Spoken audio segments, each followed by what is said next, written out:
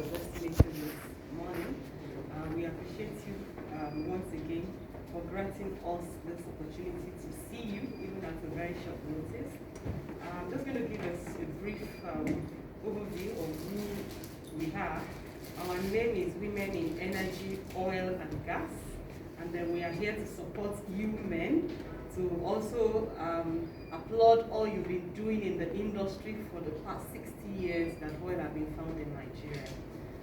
We have a vision to harness, to further help to harness the opportunities in the industry across the entire energy value chain, looking at the trend of developments and the energy transition and all the wonderful things that are currently happening both within Nigeria and outside Nigeria.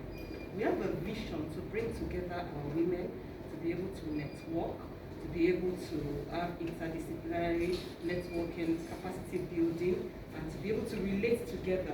Together we stand, united we stand. So, and in addition to that, we also have a vision to have a platform. Our platform is a place where we can help to close the current gender gap we have observed, not just even in this industry, generally in several industries, in line with the Sustainable Development Goal that Nigeria signed alongside with other nations, Sustainable Development Goal 5. So this is about sustainability of our energy, oil and gas industry. In addition to that, we also want to work with you men to also see how we can close the energy poverty gap we currently have both in Nigeria and also across Africa.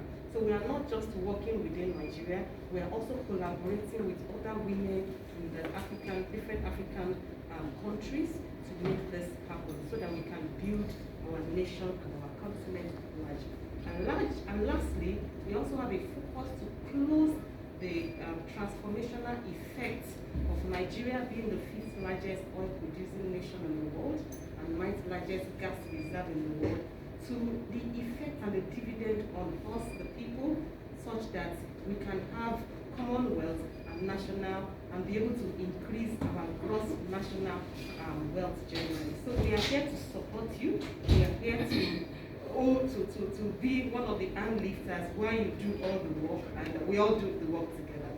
And in addition to that, we also want to make the industry a seamless industry, both for our women and also for the men that are already there, by creating platform for developments, both within the nation and outside the nation. We are spread across the nation. We have different chapters in Port Harcourt covering the South-South region, Abuja covering the Northern region, and Lagos covering the Southwest region. We were incorporated in 2019, but we've been operating in Nigeria since 2018, and then we've been able to achieve some very interesting milestones. We are currently working at training several women into entrepreneurial feats, different entrepreneurial feats in the industry. We have keyed into so many things that this particular department has been doing with regards to gas development, registrations of training, and so on. And also, we are also working with the other government parastatals to support all the other programs they are doing to develop the industry at large. Also, we are majorly focused on STEM because we want Nigeria to also be in the national and international radar, and we know the importance of technology, which is why when the department commissioned the Excellence Center in Lagos, because I remember we were asking Mrs. Fondu what was going to happen to that big gigantic building we were leaving behind.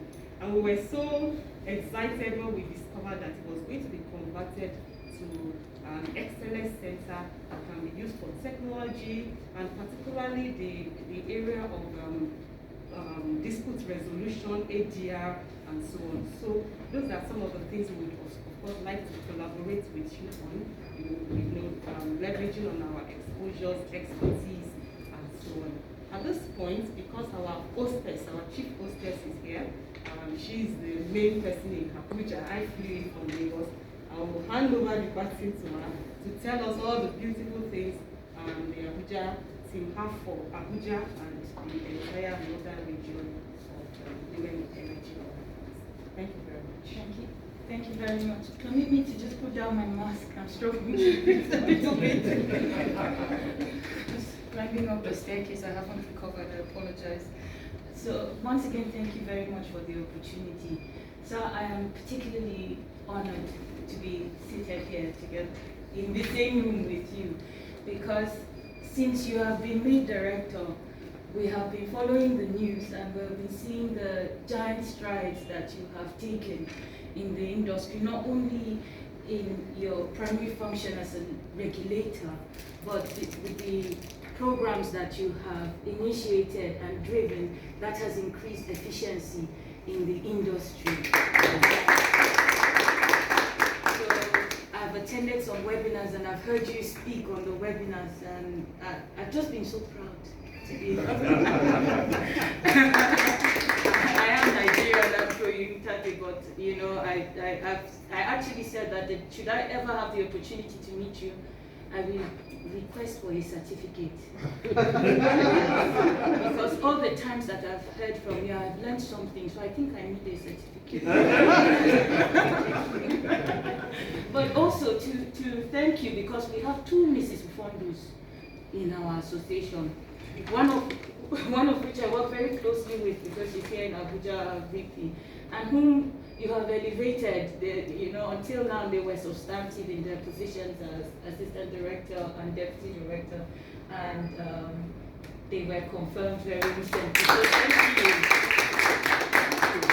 thank you for doing that. That being said, here in Abuja we've talked about the energy poverty, we've talked about the gap in education, but the country has a fundamental problem with literacy as you traverse from south to the north. The issue of the north is quite precarious, and we have more women in the north who are widows, who are disadvantaged, and that's why we're positioned here in Abuja to be able to cover the northern region and to see how we can start by, first of all, increasing their awareness, because when we did the inauguration of the Abuja office, what we found out was that a lot of women have perceptions about the energy industry, the energy, oil and gas industry. They feel the barriers to entry are too high, it's not for them, and they're not capable of doing it. And so our first job is to increase that awareness, to get them to be more involved, so that they can be economically empowered to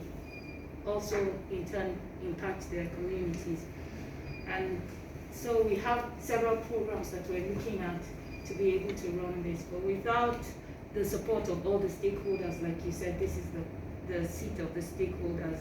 Our first step is to engage with all the stakeholders and see areas where we can synergize, because we are all moving towards national interest at the end of the day. We're just doing it from different corners of the table as we are seated here today.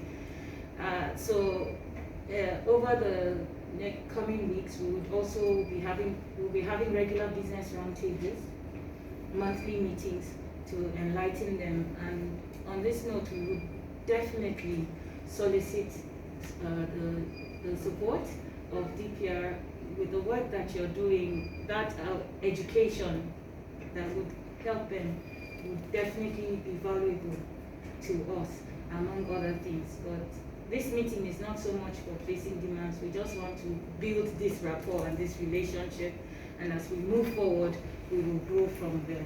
So thank you once again for the opportunity. Thank you very much. The Abuja coordinator. Yes. So thank you so much for that. I'll now have the director, CEO, response to all that's been said. Director, please. I can't be more happier receiving you, because popular saying, they say charity begins at home, and you can't call any house, any community, any organization home till you have a woman.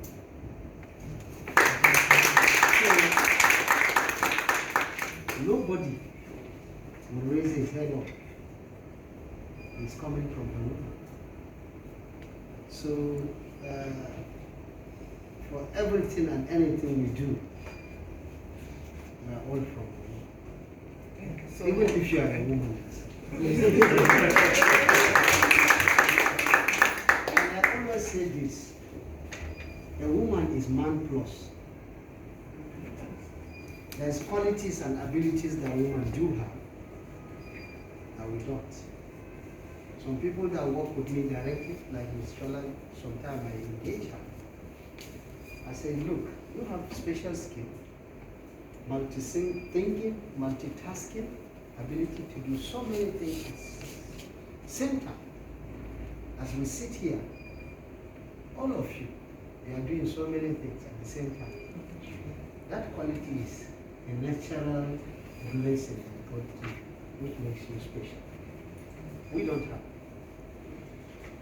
Two, when you see any successful person, whether a woman or man, behind him is a woman. So, quite interestingly, one of your national officers is our treasurer here. She's here with us. And we have a lot here, as you can see, all our colleagues that we work together. They celebrate, cherish, and proud of this particular association.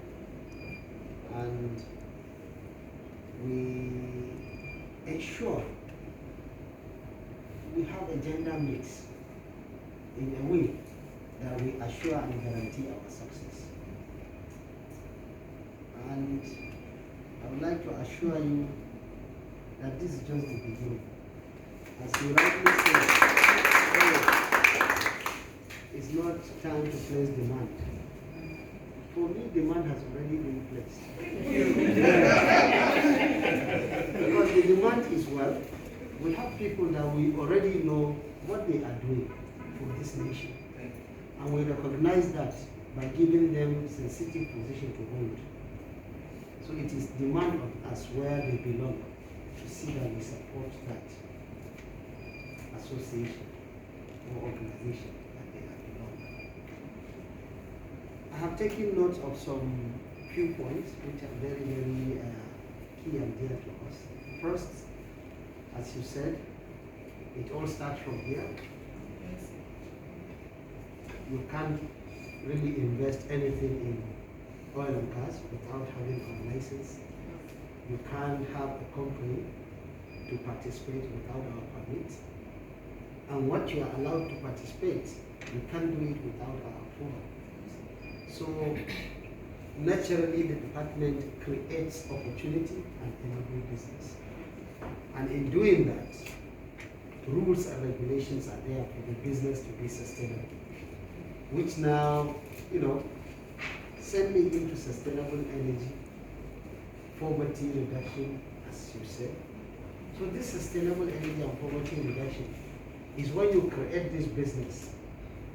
You enable this business, you create the opportunity. That is when you generate wealth. And that is when poverty reduces. But zooming down to oil and gas itself, you mentioned about energy transition. It's very key. It's just to transit from maybe a more heavier energy to a less heavier energy. That is from maybe crude to gas.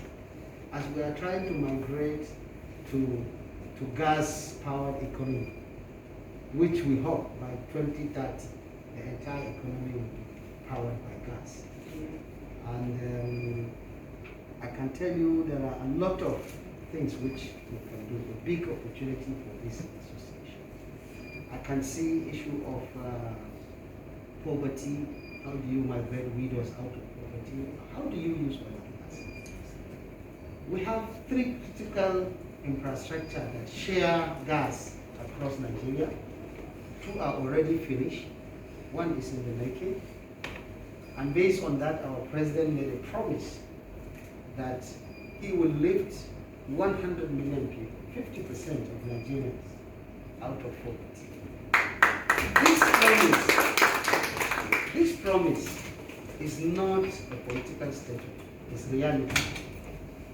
Because with gas, you can actually achieve that, if not more. Each and every house requires energy to survive, because that house must eat. The breaking point is initial investment for gas utilization when it comes to cooking gas, LPG. When it comes to migrating our vehicle to LPG powered and CNG powered, is the initial investment. That is the conversion. So if we overcome that initial investment, having to give family, a cylinder as well as a cooking burner, you already solve their problem. Because equivalent of 4,000 naira gas for you to get wood or biomass to cook for that, it is like 10 times. So if you enable family to save that amount, 36,000 in every 4,000, you already live them from poverty. So with that, the strategy of Mr. President is saying, look, migrate the entire economy to gas, you will get that. And what are you going to do? The World Bank, they made a study. They see that, okay, our gas utilization per capita is below 4 kilograms. And when we took over DPR, we found out that it was just 3.8. But you can attest that over a few months, we try to expand and enhance, create the need for gas to be used. We increased the per capita use to about 5 kilograms last year. We now jump it up to 8 kilograms as we speak. And our intention is actually by end of the year and beginning of next year, we want to make it like 20 kilograms. What does that mean? In comparison with Algeria, the per capita use of gas is 150 kilograms. In Algeria. But here in Nigeria, with our population, we only use less than 10. It means that only less than 20% of Nigerians have access to clean fuel, gas. So your association have opportunity to create gaspreneurs. Gaspreneurs. And these gaspreneurs is actually migrating a lot of women widows, to having access to buying and selling gas. Because women are the one in charge of making food edible to everybody. Some they win the food, come back home, and some they take the booty of the women to make it edible. And that is only be possible if there's energy. And that energy, source of that energy is gas. So in DPR we have a program in support of Nigerian gas expansion program. We call it Gas Business Support and Incentive Program. What is there is to create, to know who really need this gas. Register people free so that we know where they are. Have access to micro distribution centers where bulk purchasers can bring gas so that they pick and they distribute and sell. Some people, they even have an app whereby you can just order gas. Those that don't have that ability and education to use an app, if they know this woman has a shop where she collects gas from micro distribution center and will sell, you automatically, migrate herself as a seller and the user as well. So what I'm seeing is that the seamless work that you want to achieve across all agencies in terms of oil and gas, across the value chain. It starts from what is it that you do, based on the principal objective of your association. That is helping, achieving, participation of women, getting women closer to energy, letting them know that, oh, this is something that you ought to, you need to have. And for us, we are ready to do that. Thank you. Thank you very much. And lastly, you made mention of WEOG Center. Yes. And first, is WEOG Center that made us to really move to Abuja. Because after we tally information on how we can ensure that oil have meaningful impact to our nation, there has to be something that we can do to increase the GDP. The GDP contribution of oil and gas industries is less than 10%. To be precise, it's 8.5%. But the total forex that oil and gas is given to the country is over 80%. We earn most money, we give less value. So we feel that the industry can do more, and it is unacceptable. And again, a lot of Nigerians, they rely heavily on the nationally owned company that you are a government, forgetting that that company is not government. It's a company. But unfortunately, that company is act in many ways like government.